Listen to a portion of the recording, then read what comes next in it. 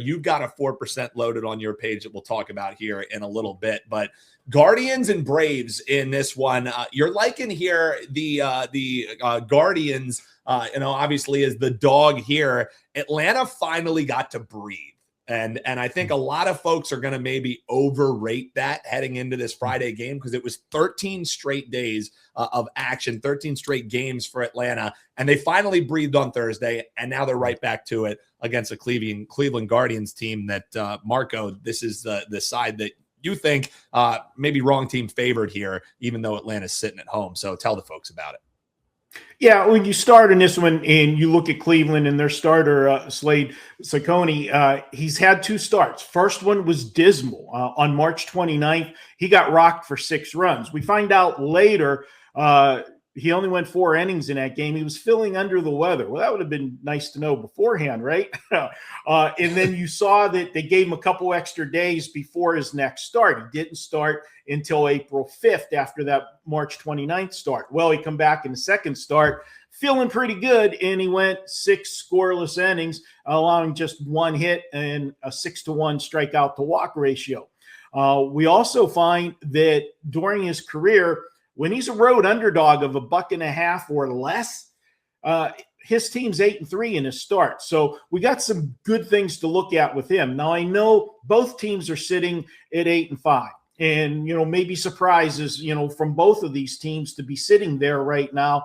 And Atlanta sending Bryce Elder to the mound, and you can't fault anything he's done in his first 2 starts. 13 innings of work. He's allowed just 2 runs, and both of them were unearned runs. He's got a 13-to-2 strikeout to walk ratio. So I'm not going to sit here and tell you that I'm expecting him to have a bad game.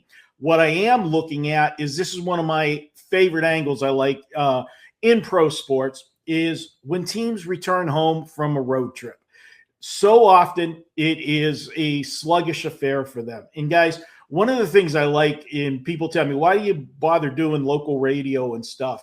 And because the radio show I get to do here in town 2 days a week, I get to talk to a lot of former athletes and current athletes. And I get to pick their brain. And I've gone to dinner with a lot of these guys when they've been in town. And one of the questions I always ask them is this angle that I've talked about for years, guys. Is it really a distraction when you come off a long road trip? And every single one of them has told me yes. And it's because you think of these guys as athletes and they're paid to do a job. But you know what? When you're gone for a week, especially baseball, because you're generally going to be at least a 2-city road trip, so you're going to be gone a week or more.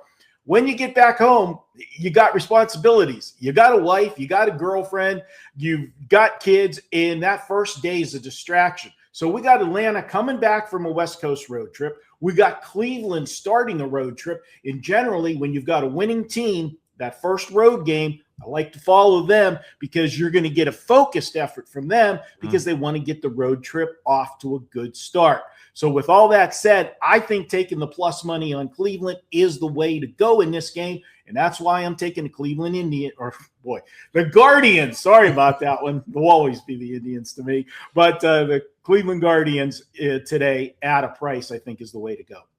Yeah, and folks, if you paid attention, Marco let you know, hey, here's the side that I like. But if you listen in, there's an angle that you can also try and bet, with teams returning home versus teams starting off a road trip. So great stuff there from our man, Marco D'Angelo, not only giving you thoughts on, hey, why don't you take a nice little plus money dog here, also setting you up. And that's how you bet NBA, is spots, is streaks, is trends. And the more data that we get, and that's a year-over-year one that Marco likes quite a bit. Marco, before we get into game 2 here, and I'm really intrigued by what you think about this Seattle team, because we talk all the time about Super Bowl hangovers. Man, it seems like a World Series hangover for this Mariners team, because prognosticators had them, hey, this is going to be another top team. We still like this lineup. And it has been anything but. But before we get into that, Marco, what do you got going this weekend and maybe tonight for clients as well? We mentioned you have a big ticket play that you're liking here tonight. So tell the folks what they can find, wt.buzz/MD. And we got some great deals rocking right now. We do. And I've got a 4% today. It's my American League game of the week. Earlier this week, I had my first 4% in Major League Baseball. It was my interleague game of the week, and we cashed that one. I believe it was on Tuesday. And I've been very selective so far with baseball. I've only had 6 plays. Hey guys, we've cashed 5 of the 6 plays.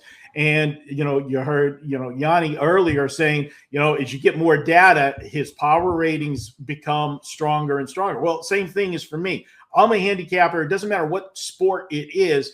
The first, few games, first week of action, I go tentatively because I want to see with my own eyes what I see before I start putting my hard-earned money and my clients' hard-earned money on the games. The selectiveness, hey, 5-1. I'll take 83% out of the gate any day of the week. And tonight we've got to play, and it's only my second 4% play. So we will continue to have more and more plays as we get deeper and deeper into the season. And there's where we're at. So that's for tonight. You can grab that play by itself for $25, but why do that? You can pick up that 3-day, buy 3-day all access, get 3 days free. That is a great offer. It gets you almost a full week. You're getting 6 days for $69. What a deal. The response to that has been so good. That's why we decided to roll it some more here in the month of April. Take advantage of it. You get all the sports. You don't have to worry. Whatever I have, where we have the spots, we throw out, horses, everything going. And now with, the playoffs around the corner, next week, NBA and NHL, this is the time I love. So jump on board, guys, and grab those winners. I love it. WT.buzz/MD is the quickest way to get there, folks. And the deals are listed right below. So you don't have to memorize any of them. Just head on over to Marco's page and check them out. Those are also good for all cappers on the site here as well. But the 4% are rocking tonight, folks. Grab that 3 days, get an extra 3 days for free. All right, let's talk this Houston and Seattle game, because I'm wondering for you, Marco, Seattle maybe had hoped with this early season woes, hey, let's go to sunny Southern California. Let's go to the warmth in Texas, and maybe finally our bats will come alive. Last in on-base percentage, I'm seeing. Last in slugging percentage. Also the worst market in batting percentage as well. So really, Seattle just needs to shake all that off and get into form. So the road trip didn't work for them. Do you think maybe returning home could be the little recipe that they need? How are you looking to bet this Astros and Mariners matchup and really the series that they have coming up? Well, Seattle, does it not seem like every single season we come in that Seattle is the darling with all of the experts? That this is the year where they're the team, they're the sleeper to get to the World Series and win and all of that. And it seems like they always get off to these slow starts, and then at some point in the season they have that stretch where they win 20 out of 24 games, and all of a sudden they're the team we thought they were. Now, I just got done telling you in the last game that we broke down how I like to fade teams returning home from a road trip. Now, I'll put an asterisk to that, and this is why never use anything as gospel completely. You still have to take every game on its own merit. So it's going to sound like I'm talking out of both sides of my mouth here when I'm going to tell you I like Seattle in this one. Why I'm putting an asterisk, why this is different them returning home from a road trip than any other team off a normal road trip, is this is a team that's returning home. As you said, they're not playing good. Okay, they can't afford to have the distractions. They need to be focused to get this right. So that's the first thing. They are going to be ready to play tonight. The second part of it is it's a division matchup, where when we talked about that Cleveland-Atlanta game, it's easier to look past the team when you return home and not be focused when it's not a division game, let alone an interleague game. Where this is a division game, you need to be focused. You don't want to lose. When you lose a division game, it's like losing twice. So there's going to be more importance on this. Now, we look at the matchup here, and you look at the Astros. They send Imai to the mound. His first 2 starts, he had one good one and he had one bad one. My concern, though, there was one common denominator in both starts, and it was his control. He's only pitched 8 1/3 innings in 2 starts. He's got 7 walks already, 4 in one game, 3 in the other. That's a big concern. And if there's ever a team that needs some help getting some runs across the plate, that would be Seattle right now. So if you're giving them some free base runners, you know what? Maybe we can push a couple of them across. And I do normally say that pitchers, file this one for another angle for you.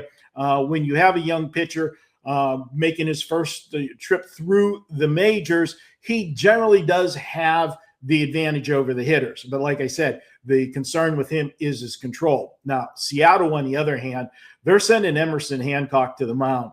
And you know what? He's been nothing but brilliant in his 2 starts.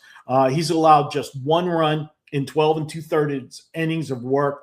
More importantly, and I'm old school. I like the strikeout to walk ratio numbers because, I don't care. When you look at it, it's the oldest stat there. I know everybody likes the advanced metrics, but when you're getting strikeouts and you're not walking anybody, that tells me you've got full command of all of your pitches. And he's got a 14-1 strikeout to walk ratio in 2 starts. He's been money when he pitches in division games. So far in his young career, his team, when he takes the mound against a division opponent, how about 7-1? I'm going to go ahead and look at this one because if there is a team that might get these bats going for Seattle, it's going to be this Houston pitching staff. If you looked at their last 4 games, they've allowed 35 runs in the last 4 games. I generally, don't like to take that team coming home in their first game at home. But as I said, all of those reasons and what Houston's been doing with their pitching staff, this is when the bats wake up this weekend for Seattle. Let's go ahead and take them tonight. Since I think there's an edge in the starting pitchers, a big edge, we're going to go first 5 innings here instead of the full game. Why put it in the hands of the bullpens if we don't have to? I think there's a big enough edge in the starting pitching that's where the real value is. Take Seattle first 5. Yeah, and Marco, sometimes you just kind of let the line lead the way. And why is a team who can't hit water, as one of our commenters said, falling out of the ferry? Why are they minus 135 favorites in the first 5? I think they can get to them as well. I love the angle there, Marco. Makes a hell of a lot of sense.